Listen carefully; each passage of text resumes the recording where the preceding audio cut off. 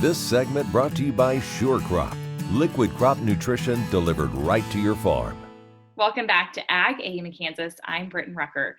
The Kansas Department of Agriculture has now identified positive cases of vascular stomatitis virus, also known as VSV, in 20 counties in Kansas. KDA's Division of Animal Health continues to respond to the outbreak that began in south central Kansas in mid-June and now has expanded to reach to the north and east. Speaking with me now, more on this is Assistant Animal Health Commissioner for the Kansas Department of Agriculture, Andy Hawkins. Welcome, Andy. Hey, good morning. So, Andy, for people who are completely unfamiliar with this virus, give us a bit of background on it. All right, well, thanks, Brityne, for the invitation today.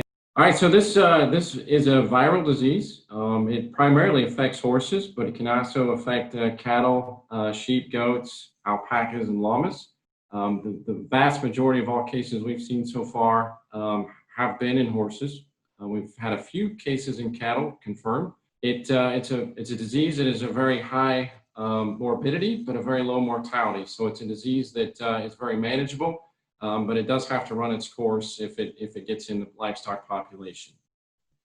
So what are some symptoms for VSV? All right, so the symptoms that we would see with vascular stomatitis is the owner may notice their animals reluctant to eat, excessive drooling.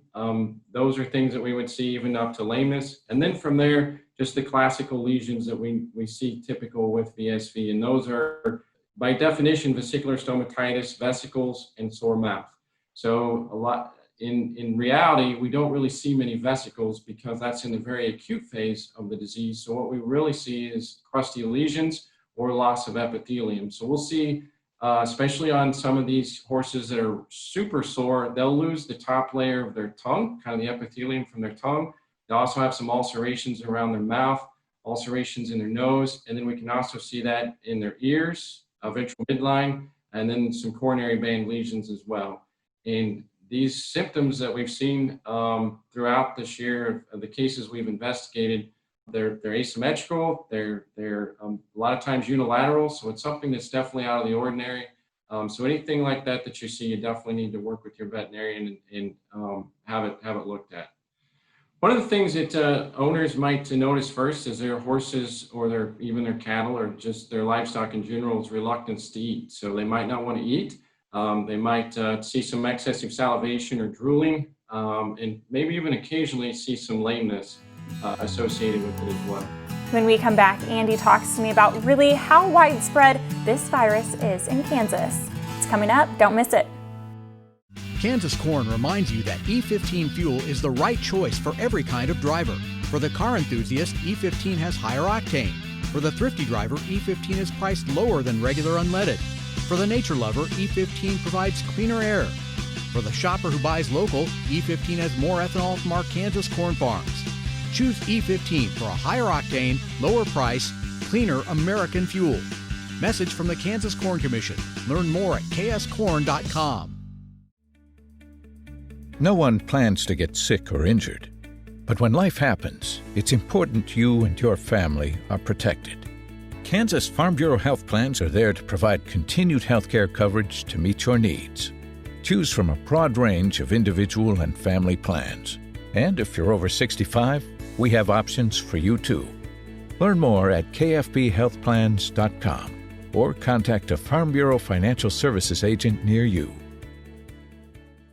This segment brought to you by Kansas Farm Bureau, the voice of agriculture.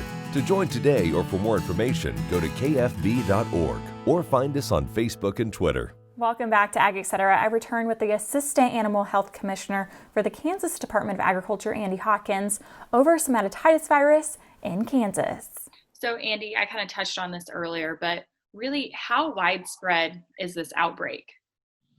Well, as you mentioned, the index case for this year was confirmed on June 16th in Southwest Kansas in Butler County. Since that time, it has continued to expand in that region. It's also moved east and also north, and we've seen cases now in the Missouri, Arkansas, and Oklahoma as well.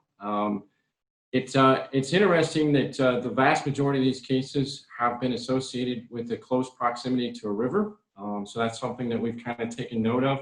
There's a lot about this virus that we do not know, but we do know that one of the vectors for this disease, being the black fly, does lay larvae which float down the river until they hatch, and those are infected, and then they come and bite horses or susceptible animals.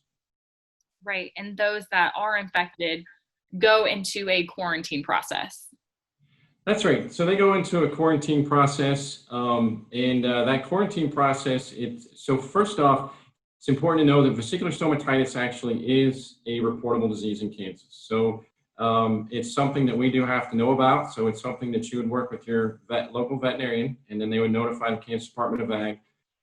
We would respond to that case, and then there's a couple different ways that we may respond. So if it's in a county that's already been confirmed positive, we have the ability to manage that as a suspect positive. If it's a county that is a new county to us, we will come and test for sure. So once that we either have a suspect positive or a confirmed positive, we will then put that county, or that premise rather, under official quarantine, and that quarantine lasts for 14 days from the date that the last affected animal on the site develops lesions. So if we put a quarantine in place on day 1, and then on day 2 you have an extra horse or a horse on that premise develop lesions, then that quarantine is restarted on day 2. So how can individuals help slow the spread of VSV?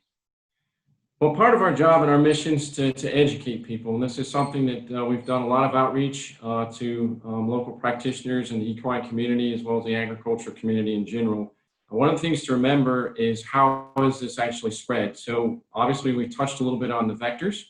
So flies are obviously a concern, so we want to do what we can for fly control. And then from there, also just realizing good biosecurity practices. And those are things that we should do anyways, because any horse with active lesions, potentially the VS could spread by direct contact with that lesion. So we would want to minimize sharing of equipment, sharing of tack. If we did have a horse that was positive on a premise, we would recommend that that horse would be isolated to a location on that premise away from the other horses, just to avoid that direct contact. Those are good biosecurity practices that we probably should be thinking and considering anyways.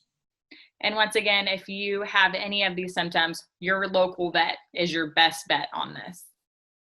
Absolutely. We work very closely with our local practitioners, and we've got a great relationship with them, and that's who we encourage you to reach out to. We've got some updated documents that we update daily on our website, www.agriculture.ks.gov/VSV. Awesome. Well, Andy, thank you so much for being on the program. We truly appreciate it. Thank you. Thanks for watching Ag Etc. As always, I'm Brityne Rucker, and I'll see you here next week here on Ag AM in Kansas.